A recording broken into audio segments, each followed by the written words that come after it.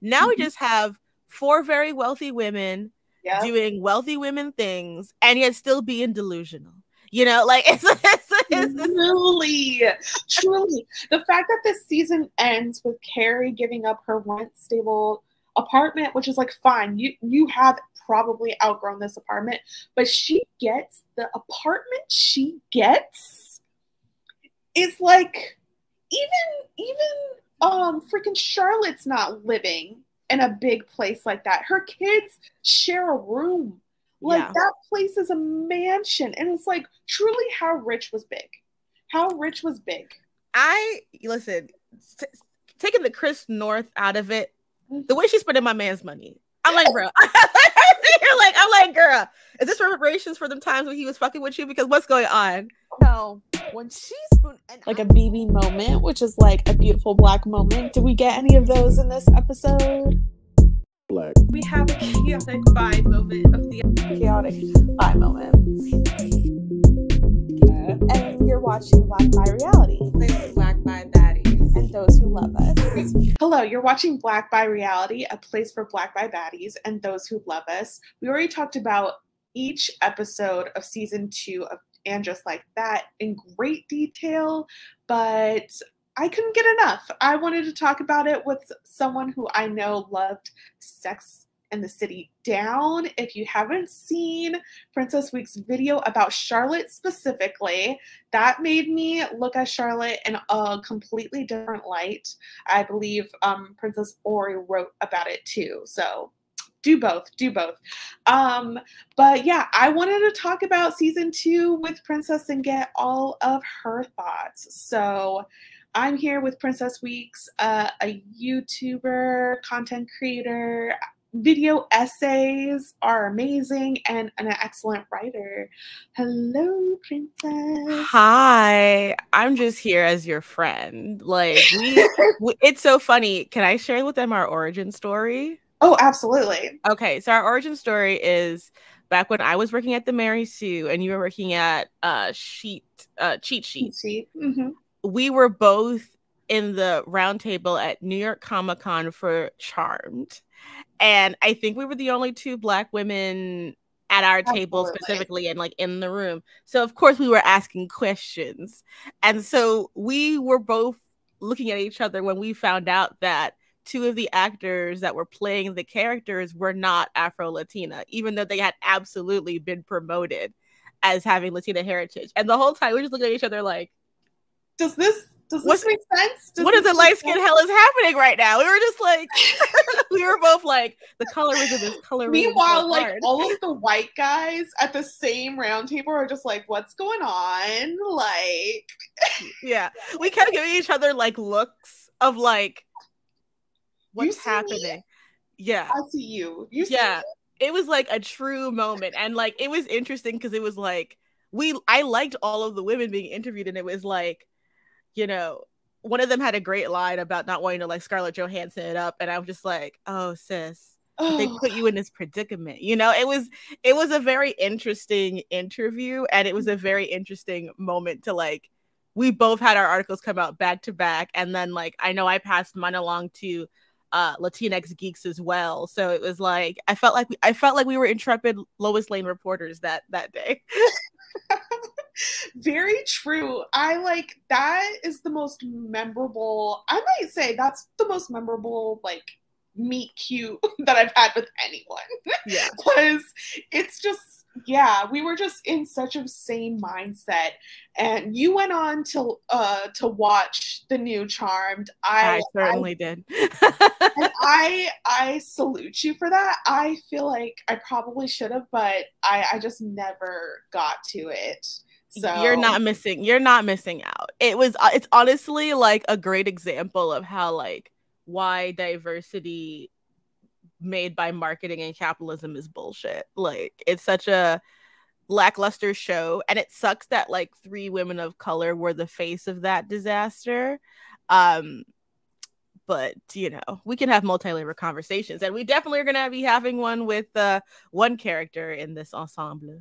I mean, let's admit it, multiple characters, because like we have multiple women of color that were not in Sex and the City. Sex and the City, like, has been such a huge thing in pop culture, and yet I think they tried to address some of the main critiques of, like, this doesn't look like New York City to New Yorkers. And yeah, the storylines that we get in season 2 is wild. Now, I always start off asking, what are your big thoughts about season 2 before we really dive into it? You know, to be totally fair to it, it is overall an improvement over season 1. I think that where the characters leave off for the most part at the end of this season is a lot more satisfactory than when they were left off at the end of season 1. I think fundamentally, like, and I know it's got renewed for a season 3, and unfortunately I will be seated because I'm here for the mess. But I think the thing I go back to time and time again is that, like, Sex and the City, for all of its faults and all of its, you know, of its era thing, is one of the shows that made HBO what it was, because now, you know, it's Max.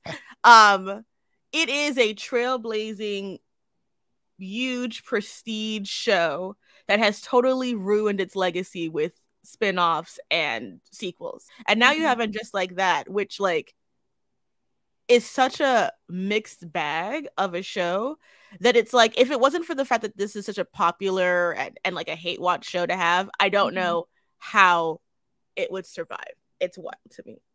And just like that is so interesting because, like, it really is just watching a fight between the creator and writers against the fans.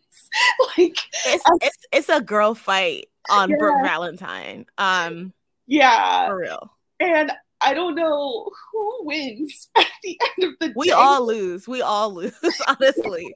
Except the people getting a check. I mean, you know, SJP, even Kim got their check, you know what I mean? Like, everyone's getting paid. I think what's so weird about, and just like that, is that I understand all the intent behind it. Yes. I understand the desire to take this thing and want to diversify it and do all this stuff. I think it's a very organic instinct. The problem is, even with the few writers of color they have behind the scenes, it's just not coming across very interesting. It's just not, it's a totally different kind of show. Yeah. And I think that the example I gave someone talking about is, like, so Seema in this season, her Birkin gets stolen, right? Yes. And, like, the Birkin bag is such a big thing of, like, you know, it's a big wealth status indicator. You know, it's like capitalism, the bag.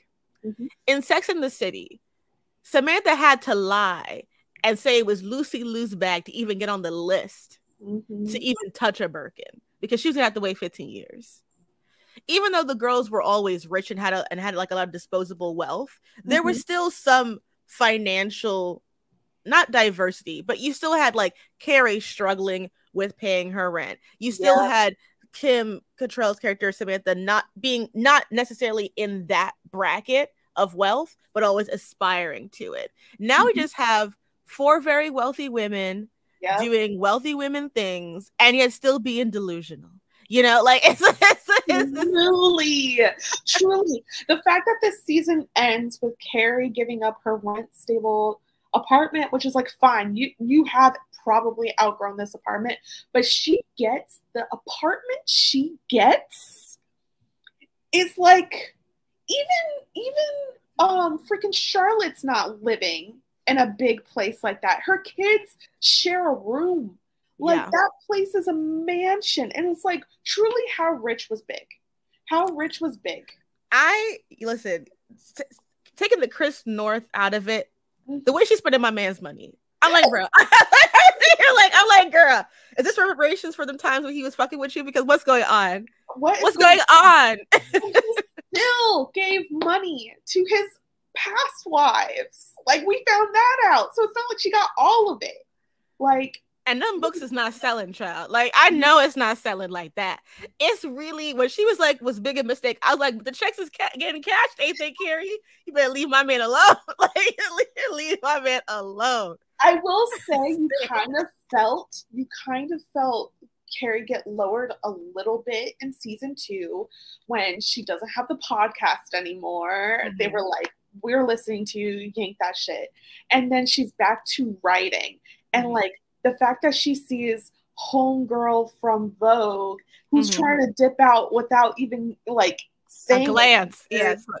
And even she's like, I'm not trying to get your book in this newsletter. Like that was like, okay, that feels right. Because Carrie did not get everything handed to her. She was like such a mess at times, even professionally. It's like, yes, let someone treat Carrie like she's embarrassing. But how did she fix that? With her man money, like even from the grave provider, like truly, like I just like it makes me like this season was so hard for me because I'm a ride or die Aiden hater. Yes. So I was just sitting here every time he shows up in his tidy whities, his little leather jacket. I was just like, bruh, can we? Okay, I just want to get. How do we want to do this? Do we just want to talk about the Aiden part, or do we want to go through our highlights and then lowlights, like back and forth? We could do highlights and lowlights. Okay, so we're gonna talk about our highlights and lowlights of season 2. The first one that I got as a highlight, I loved the actual sex storylines. It felt like Sex in the City. We got Harry's missing sperm and Charlotte just trying to get that sperm back. Yeah, she's like, up that pelvic wall, baby. Open it up. We're taking you to the doctor. We're doing exercises. We talked about it with the other girls at the lunch table. Miranda was finally back. We had Carrie. It was Anthony, wasn't it? Yeah. Which I love when they do include him. So like that whole scene felt so right. And then we also get at the tail of the season Anthony's bottoming storyline. That felt very Sex in the City. Yeah, I love that for them. Yeah, that was a great part.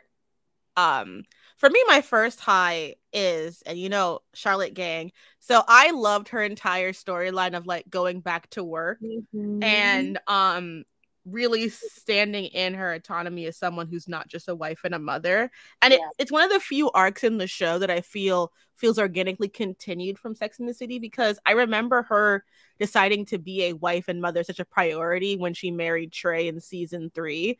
And it just makes sense that now at this age in her life that she would want more than that, especially because her kids are half grown in a lot of ways. Lily definitely trying to be grown all the time. So, and you know what? She has the best man in the franchise, so she can do what she wants.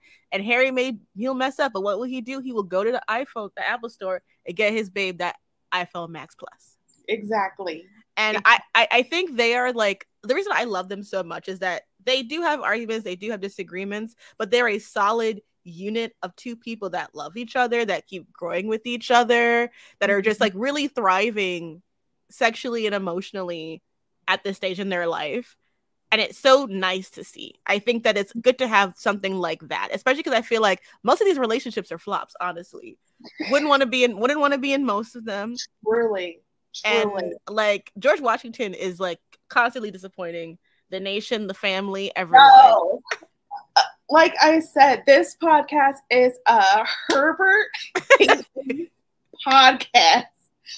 Dragging him. Listen. And he will be dragged much more later. But yes, Harry is the standard. I love seeing a healthy marriage. And like at the beginning, Charlotte was getting pretty annoying with her little storylines, but it's because like, girl, you have no business to mind. Yeah. So you're like wilding at the modeling agency, at that store with Carrie about her baby's clothes. So I'm glad we finally got there of like, nah, she's gonna go back to work. So yeah, I agree. My first low light, let's go back and forth. Yeah. My first low light, and we already mentioned them. Everything with LTW and Herbert. Everything. That ties into my low light, because one of them is the inability to say abortion in her storyline. The fact that it had to be a miscarriage, I was like, listen, get that fetus. It makes no sense. It makes no sense. They talked about abortion on Sex and the City, and it's a show that has always, like, we know that Carrie has had 2. I think we mentioned that Samantha has had one in the past, but they skirted around it with Miranda. She ended up keeping Brady, as we were reminded. You might get rid of Brady. Yes, she did. The North remembers, but the fact that she so clearly was distressed over having this child. There's no reason for her to have this child. Most women that have abortions, our mothers, already have their children, especially in like the political climate that we're in, for a show that wants to be so diverse and so progressive. Them skirting around that issue is like example number one of why it's a bullshit endeavor. They're not really committed to it. No.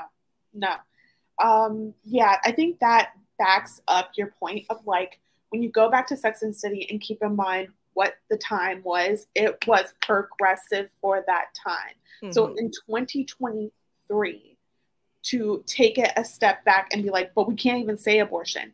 And I think even in the first Sex and the City, it kind of also, it's still kind of also skirted around it because, like you said, all the abortions that are mentioned, I think happens before the show, right? Carrie's like, I had that done in the past. We don't actually get to face any of it or stay in it. We get to like yada yada, you know? And the people who probably are against it can conveniently forget. Right. So yeah, it's like you had the chance and you blew it because you scared. It's like, where are LTW's people? Because her whole brand is black. Yep. I don't believe she have a white best friend. I don't believe that she, because here's the thing, I would, as someone who has white best friends, I get it. But like you were in a certain echelon of like black Upper East Side elites. This is a person who would be around other black women a majority of the time. Charlotte's her at-home friend. You know what I'm saying? That's her friend at school. That's not her bestie. Where is her bestie? Because her bestie would have told her, girl, why you go out there with your wig? Like, why don't you just fucking like go to a Zoom chat? You know, like why you have to go over there? It's exhausting to see like her and to an extension Naya both be these like very like confident, powerful black women. They don't even interact with each other really, and then B, they feel so separate from blackness as a whole, other than like their chosen male partner. Woo. Okay, if we want to go there, because I think I might have it on one of my lowlights. Actually, I'm surprised I don't. Okay, so let's talk about the blackness of it all. First of all, at the beginning of the season, we have LTW's mother-in-law come in to visit. And now all of a sudden, the baby's natural hair that's out like mine right now needs to get plaited because it's not pretty little lady hair, according to the grandma.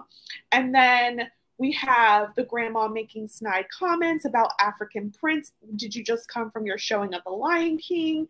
Then when freaking LTW has her hair wrapped at night, she turns to her and says, I thought we were freed from head wraps with the emancipation. It was just really messy because it felt like such a stereotype of like, because there's the thing, of course there's generational things, there's generational divides, and we can discuss that. But even we had a conversation where like, how old they try to make it look like, oh, like your father marched in Selma. I was like, what are you your grandfather marched in Selma. I was like, grandfather, when y'all having babies? I know we do it young back then, but like, goddamn, you know, like there's a lack of like texture to it. It just felt like, oh, stern black grandmother. So then they had to turn her into like, you know, the mean black mom from a Tyler Perry movie. And so many of these the choices in this season was giving Tyler Perry choices. Like when Naya's love interest, like her black love interest, shows up at the end, I was like, wow, this is a Tyler Perry casting. I was like, no, he's fine. And I appreciate it, but they was having her do some ridiculous things. I was like, girl. I was like, you better stand up. Yeah. But it just feels like such a disappointment that you have this very smart, competent professor character, Mm-hmm. and her storylines are just all trash. I don't know why she's friends with Miranda. She does not feel like a Miranda friend. I have always felt like LTW and Naya should be switched in terms of who their white companion is. Oh, really? Because LTW is dealing with like the ennui of like relationship struggles with career stuff and like social justice, whereas Naya was struggling with infertility, which was like a huge Charlotte storyline back in Sex and the City. So I've always felt like they should have been switched anyway, but like it's just like when she was getting her little white dick, I was like, okay, cool, this is Brooklyn, you know, we've been there, sis. Like, this is fine. But then it just gets derailed, and then we don't see her. She's in like 3 episodes, it feels like. She has no texture as a character, and it just makes it so hard to like want anything for her, because I don't know what her purpose is in the show, except to be Miranda's black friend who she stays in her house. The thing, and even personality-wise, now that you've said that, I do think LTW and Miranda would they would be so cynical, and like LTW low-key hates her man. I just think she's always at odds, and that's why I'm like, writers, are you purposely making it that they're gonna break up? But in the end, they're bonded over this like pregnancy loss. So I guess not. I was like, I thought we were heading to a divorce. Right. It's because their relationship is, I think the problem with like injecting these characters onto the show is like, how much investment does the audience have in them other than like anything? Because like, I don't give a shit about Seema's relationship. I don't know who that man is. Sorry, that man. I don't know who the fuck he is. He showed up for 2 episodes. I don't know why I'm supposed to care. She had a whole new man in the beginning of the season. I don't know who this man is. Even with Che, with their little bald-headed scallywag friend, I'm like, I don't know who these people are. I don't know who you are to care. I do not care. And how that happened, the fact that like that young non-binary person saw Che's routine and was like, bet that's mine. I was like, I don't know about you, but it's giving 22. All right, let's go back to the next highlight. I said the highlight is we have improved Miranda, Carrie, and Charlotte's careers. I think that was something that like a lot of people felt was missing in the first. Well, first of all, a lot of people hated the podcast. That was like, we're trying to be in 2023, and everyone's like, I don't want it. I don't want that. Yeah. So we got rid of that, I think, in like 2 episodes. Mm-hmm. So they did a pretty good job with that. And then, Miranda trying to work in like human rights. Love it. Mm-hmm. The age gap between her and the interns being salty, also loved it, because that was hilarious. Yeah, she was a fucking lawyer. What do you expect? She was a partner, and and of course her new black friend was like, "Girl, stop it." yeah. And Charlotte going back to work. We got I made a list of cameos, and I forgot to write down Sam Smith, but that was a great one too. I forget that they're that tall. I was like, God. Right? But they were also probably wearing heels. Like, I would not be surprised. That's true, probably. So yeah, all of the girlies are back to work, killing it. What's your next highlight? You know, I have to say that y'all know I'm an Aiden hater, but I have to say I really enjoyed the parts of the storyline that was focusing on him trying to like help raise his son while navigating the new relationship. Like, even though I hate how it was used in the finale, I did appreciate seeing him really lay down those very like healthy and important boundaries as a father. Because I think one of the things that's interesting about And Just Like That is how it deals with navigating dating and sex in your 50s. Yep. I think that that's an interesting conversation, which means that you have a lot of people who are parents who are, you know, are navigating raising children and like divorce. So we have like those big things. And I think that even Kathy coming in was handled really well. I was worried about that, but I like that kind of mature storyline. And I even, to give him his props, even though the 5 years thing was ridiculous, I was like, bruh, shut up, just break up. I appreciate him saying like, I need to be with my son. I need to be with my child. Like, I cannot be up here playing house with you in this ridiculous ass house. My child needs me. When Carrie was like, even when Kathy has him, I was like, girl, the child could have died. Yeah. The child is obviously dealing with kind of some like SI. You know what I mean? Like, what do you mean on Kathy's week? This happened during Kathy's week. What's not clicking? Go take care of it. Go take care of Shu. Go take care of Shu. What is wrong with Carrie? Okay, so like, I agree. Aiden, they really stay true to who Aiden is. Like, of course he's living in Virginia. Of course he got a farm. Like, of course he's the primary caretaker of his kids. That all made sense. And like, yeah, he has enough sense to be like, actually, I really need to attend to my kids. I don't know what the fuck. Carrie act like a dumb blonde sometimes. Like, because that last conversation was wild for her to bring up, like, wait, we're not doing every other week. You just told him, yeah, stay as long as like you need to. Yeah. So what are you talking about right now? And like, she's a girly to this day. She'll give up everything and to be with a man. I don't know how she never threw out there, oh, let me just move to Virginia. She's not going there. She's not going there. That's it. Her love has a hard limit, and it is below the Mason-Dixon. She's not going there. She's not going. They are not committed to knowing what to do with Carrie besides having her be in this rotation with these men. If they bring back Burger next season, I'm gonna die. Yo. Burger writes. I feel like it was disappointing because like, even though I don't like Aiden for Carrie where she was, I think for where she is now, they had a very good like research of their relationship. It was very Bennifer 2.0. And like, you know, it was great seeing her get digged down. I love that for her. It was cute they were being domestic. But she was just like in the regular show, she was never gonna commit to the he-y'all lifestyle. And that's a barrier. The next low light I have, Seema's rushed romance with Robbie. We have a character here who is a bad bitch. She got her career together, her life together. She don't need no man, but she wants one. Badly. But she's also like, she has a real balance of like, I want to get married and have a husband, but also it may not happen to me, happen for me. And I'm kind of at peace with that. Great balance. You rushed it. She is a perfect romance protagonist, and you rushed it because she is, let's be for real, not one of the main characters. And like, I'm still side-eyeing that they gave her a brown man who smokes, and I think they were just like, they have to be perfect, right? Because they're brown and they smoke. And it's like, you did no work. I know nothing of him. Nothing.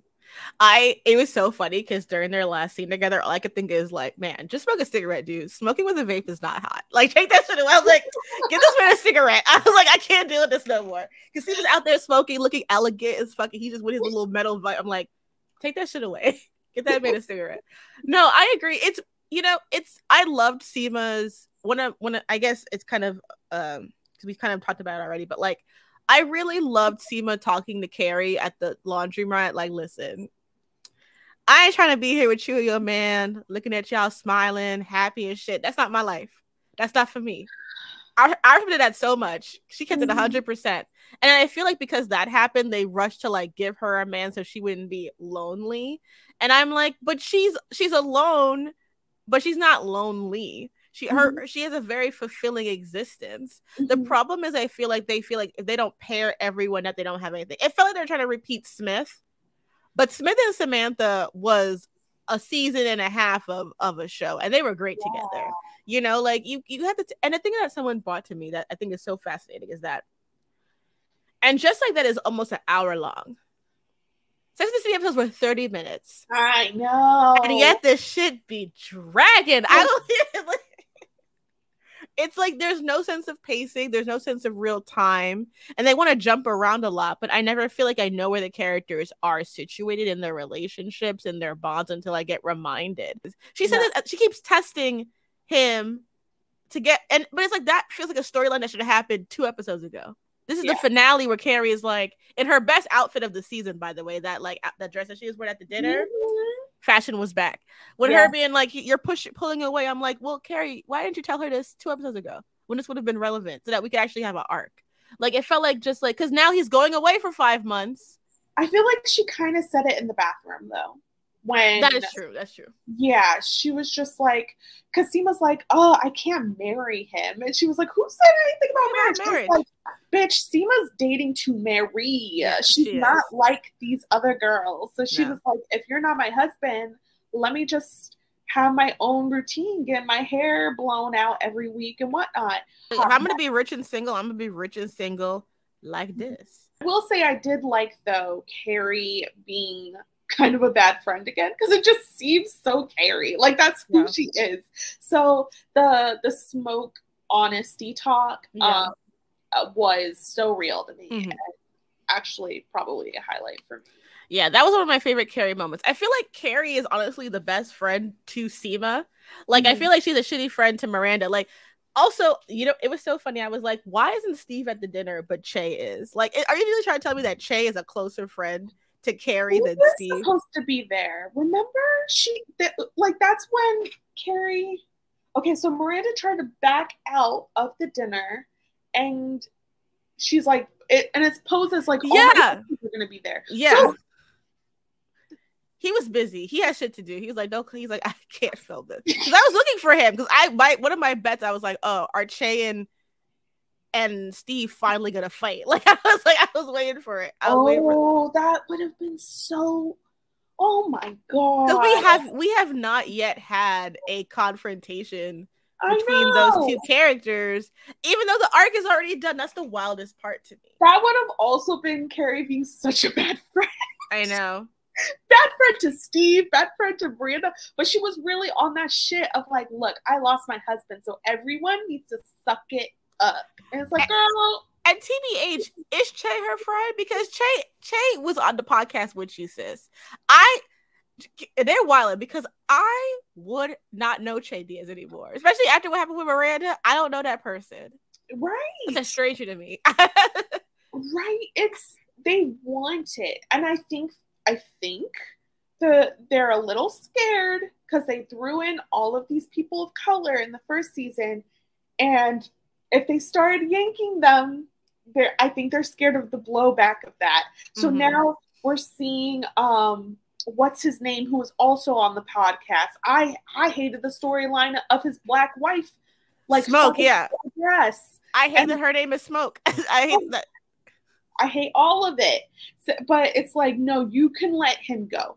You can let him and Smoke go. They add nothing. I swear to you. I feel like I have a lot of mixed feelings about Che, and we'll get to it because it's part of one of my lowlights. But like, I really wish that they were better about integrating, because you know what? For a long time, Carrie had her friends, Samantha had her friends. You know, even Anthony and Stanford didn't interact in fucking Sex and the City. That whole bullshit between them didn't happen until the second movie. That's not a real relationship. That's pair the gays together. So this idea that they're all hanging out and being kumbaya, it's just like, no. The 4 girls themselves were their own friend group, and they had other bitches. We don't need to have them all at the same house. It doesn't make any sense. It's not necessary, except to like make sure everyone gets paid equity, which they should. Yeah. Shout out to SAG. And an NWGA. There's a lot of weird things that they're trying to force into the show for the sake of saying, like, we did the thing. While, like, no, like, even I felt like Miranda's talk with Steve was so, like, necessary. But also, I was, like, I got emotional watching it. Because I think, like, it's just one of those things that I just, like, it's just so hard for me to accept that this is what they chose to do with this storyline, with these characters. Even as someone who totally understands, like, Miranda's always been kind of weird with Steve. It's always been a back and forth. But I do feel like at the end of that final season of Sex and the City, that they had made it to a place where it felt like, you know, things were working.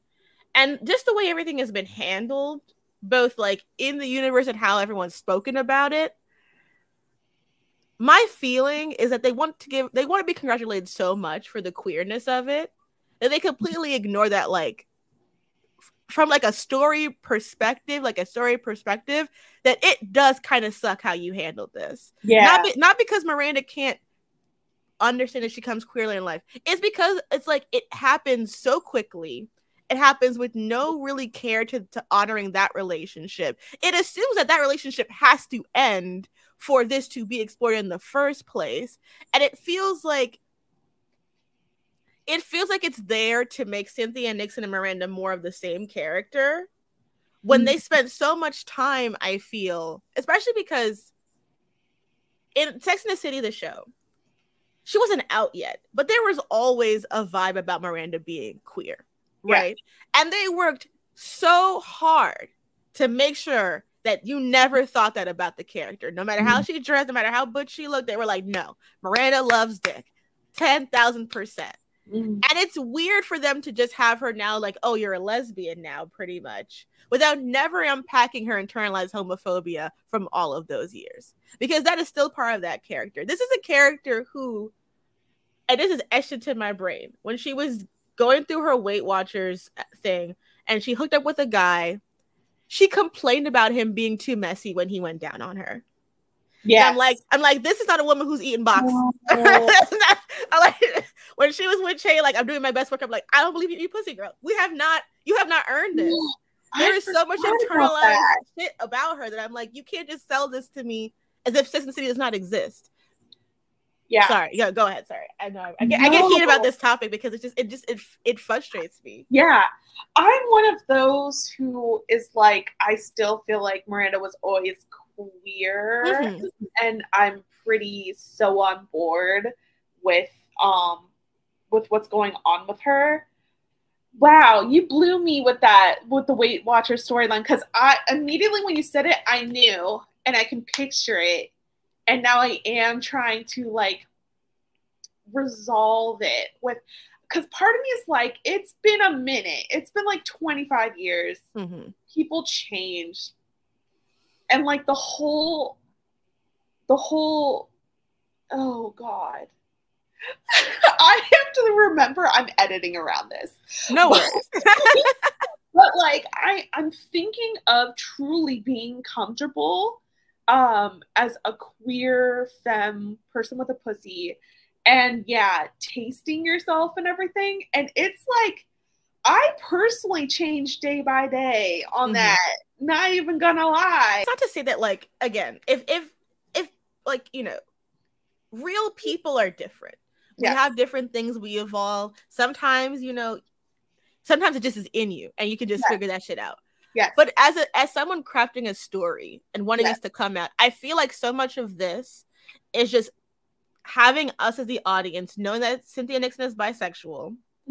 And just accepting Miranda being queer because Cynthia Nixon is bisexual. And it feels like a meshing of them. And I'm like, I don't accept that.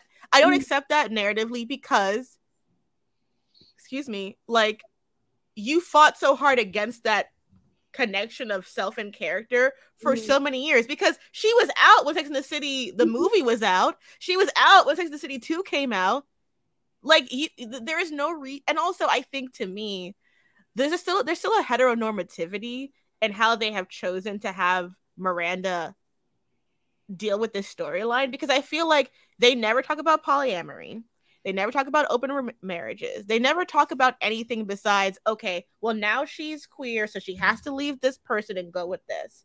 And I get that in like a boomer perspective, like that's how they feel like that would happen. But I don't think that it's sad. I feel like I know so many queer bi women who watching this storyline were like, I don't understand why it has to just be a divorce. I don't understand why it has to be like a huge contentious, you're having an affair divorce. Yeah. Why can't it be, let's have a conversation about sex, about intimacy? Because clearly Steve is still fucking. He's still fucking. And I knew it. Because they were like, Miranda's like, oh, poor him, da da da. I'm like, I know Steve is getting his nut. I know he's already fucking some other bitch. So like, okay, so they had the kind of marriage that it's just, you've been together forever. They're sitting there, they're watching TV together instead of like getting hot and heavy in the bedroom. So there's that. I think the fact is that once she cheated, it was hard to like go back. It would have been a different thing if she was questioning her sexuality, was aware that she wasn't satisfied with sex in this relationship, and then started talking about the possibility of opening the relationship. Like, it really is hard to take that step back after you cheat to be like, okay, but can we be open? So for sure, I feel like because Steve cheated in the movie, which is something that I always had an issue with canonically anyway, I feel like there's room, because it's like I think, to me, I think also part of it is that in the way it's handled, I never felt as if it was like, so are you guys just not having sex and you miss sex? Or do you specifically want to experience having sex with someone who is queer? Yeah. Are you being awakened because of queerness, or are you being awakened because you haven't come in like how many years? And are you enjoying this new experiences? Like, I feel like it just goes from like they're with Steve to they're fucking Che, and there's no actual like there's no self-discovery. It's switching from one set of genitals to another. It kind of happens after the relationship ends with Che, which I also think is like kind of real. I think it's kind of real for you to see a person and unexpectedly you're like, am I attracted to this? Even though I've only been attracted to this like my whole life, and just being like, I don't know what it is. I'm just into that person. For sure. And like, Miranda had blinders when it came to Che of just like, I'm very attracted to this person. It was like kind of real, but only after she was like, what the hell is my sexuality? And even then, I don't know what her sexuality is, because they never actually put a label to it. She's like, I just know now I'm attracted to strong, like, sexy women. Yeah. And it's just like, okay. Yeah. Well, you were dating a tiny lesbian you were married to a tiny lesbian for so long, you know. It's like Steve is such a like queer woman's husband too. That's how like I'm like, girl, this really worked out just fine for everybody. Exactly. So and I also feel like and this is no shade to Che, but it is. But if Miranda had her first thing of finding that she attracted to somebody was like the BBC person that they're dating with now, I'd be like, I get it, Miranda. I get it. Che and Steve are so similar in so many elements of like things that she don't fuck with anyway, that I'm just like, bruh, I don't understand. Like, you're basically dating the queer version of your husband. Yeah. It's like, yo, they love doing this to Miranda. And I think it's just the whole, they think opposites attract. But it's like, Miranda is around professionals. She will find one professional. She already found one freaking lawyer lesbian. Yeah. Season 1. It just didn't work out. Yeah. Like, come on. So also Sarah Perez is a hot person. I mean, to keep it 1,000%, like that's the hardest part of hating Che Diaz, is that like I love Sarah Perez. They are so hot. They were like one of my first original bi-awakenings on Grey's Anatomy. Yeah. To the Cali Torres hive. Like that was a moment in history. And it's so and they're so attractive. But to go to one of my lows, I feel like that comedy routine, I was like, bruh, we have lost the plot. I was like, hang it up, flat screen. Like, I don't know. But you're a Che homie. So how did you feel about Che this season? Actually, I did say my highlight was Miranda exploring her queerness more, figuring out her sexuality, and dating someone other than Che. But I will say for Che, how I felt, I thought the comedy, they listened a little bit and did better with the comedy of like, you're not gonna listen or watch a whole comedy concert. You're gonna get little pieces. It sounded like stand up, not the best, not the worst. My one of my lowlights on the same coin is that Che's treatment of Miranda this season was vile. Deplorable. Like, deplorable. At the very beginning, we get Miranda. She gave up basically her whole life to go to California with Che. And the minute she starts worrying about her son, Brady, like Che tries to minimize it. They're like, well, Brady's like a teenager or like a grown man. Like, it's just a breakup. And then Miranda's like, my son is like suicidal, like talking suicidal stuff right now, and she's like, you ruined my scene. Like that when Che yells at Miranda, you ruined my scene, I was like, get the fuck out of here. Dead like ass. And I was just like, why are the writers doing this? I want to root for Che so badly, and I feel like they just give so much ammunition for such an easy target to be dragged again. Then we have, well, you know, Che's secretly married. Then why did Che give a fuck last season that Miranda was married? Why didn't Che say, hey, I'm married? Why didn't Miranda ever tell? Why did Miranda never throw it back in Che's face like, bitch, you're married? Listen, the way I would be mad, you mean to tell me I'm getting divorced from my man of how many years, making my son crazy, gonna lose my sexy ass house, and you got man in your house? You got man in your house? I have to fight. We have to fight. We have to fight. Like, I'm always searching and just figuring out where was I supposed to land on Che, because I really didn't know. At the very beginning of the season, we see Miranda wondering if Che just wants her for sex. That was a huge insecurity of hers. And that episode ends with Che saying, actually, I'm insecure about my body. We had no real lead up to that. Right. And I was like, well, is Che telling the truth? I guess, because now they're made up. But then when Miranda's like, fuck, you're married? Like, what is this? Che's like, calm down. I just want to have fun with you.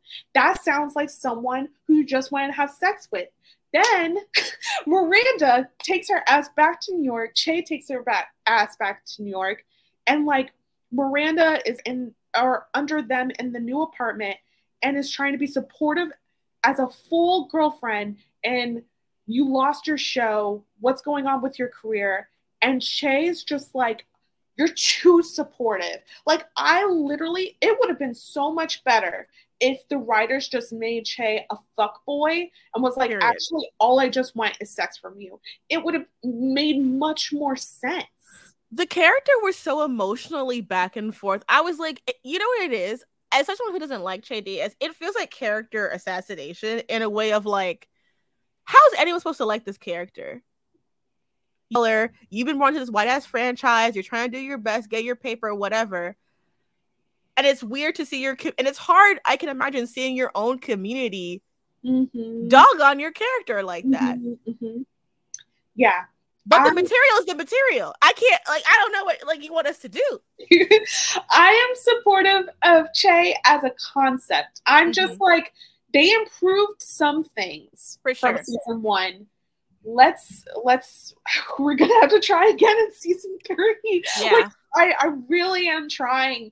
I like Che when it came to the whole, having to deal with Hollywood and the mess that Hollywood is, and really trying to be comfortable with them, even though these outsiders are like putting things onto them. That makes sense. What didn't make sense is Che then trying to switch that and act like Miranda was doing that shit. Right. I didn't like that after that last comedy show. Che was like, I'm just so tired of everyone telling me that I need to be this.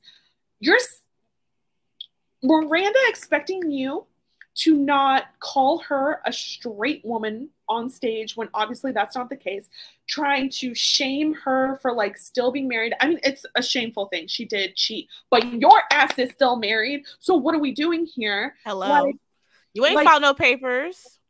You need to be a kind person, especially to the one person who is supportive of you. But I will say, it's a real thing that when you have so much internalized shame, to actually really hate the people who are trying to get you out of that. Yeah. Like, it's just, you hate that feeling, and yet you might be so comfortable with it. Yeah. Because of how others have treated you. So it's like a real thing, but it's like, I need the writers to show why we need to still root for Che.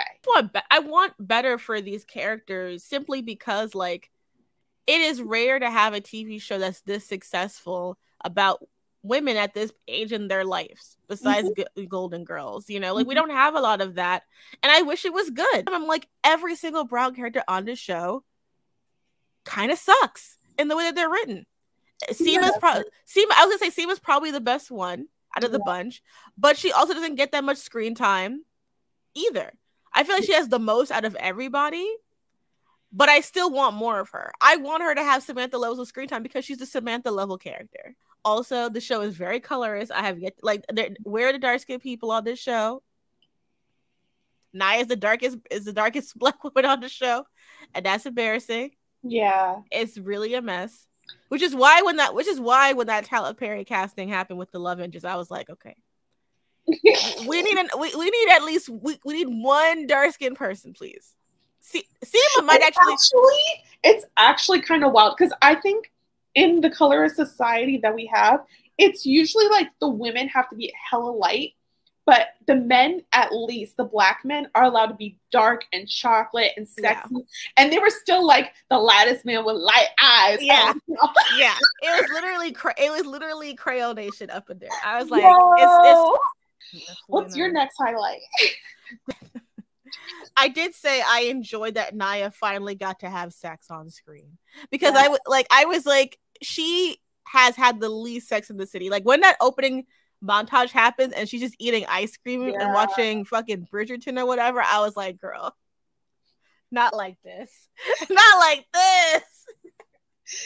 So when she was finally getting loud dicked out, I was very happy for her. I was like, that's right. That white woman is living on your couch rent free. You better wake her ass up. True. Tell her to go to her own house.